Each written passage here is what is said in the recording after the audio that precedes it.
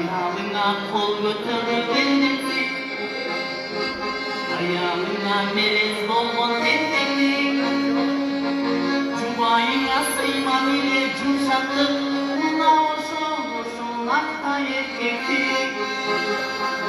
Ayağına sıyman ile cumşaklık, buna hoşun hatta erkeklik.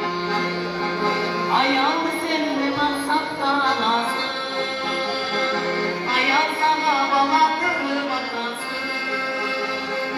Ayağ bakın düşündürün erkektir, cümleli bir uyku koysun uyku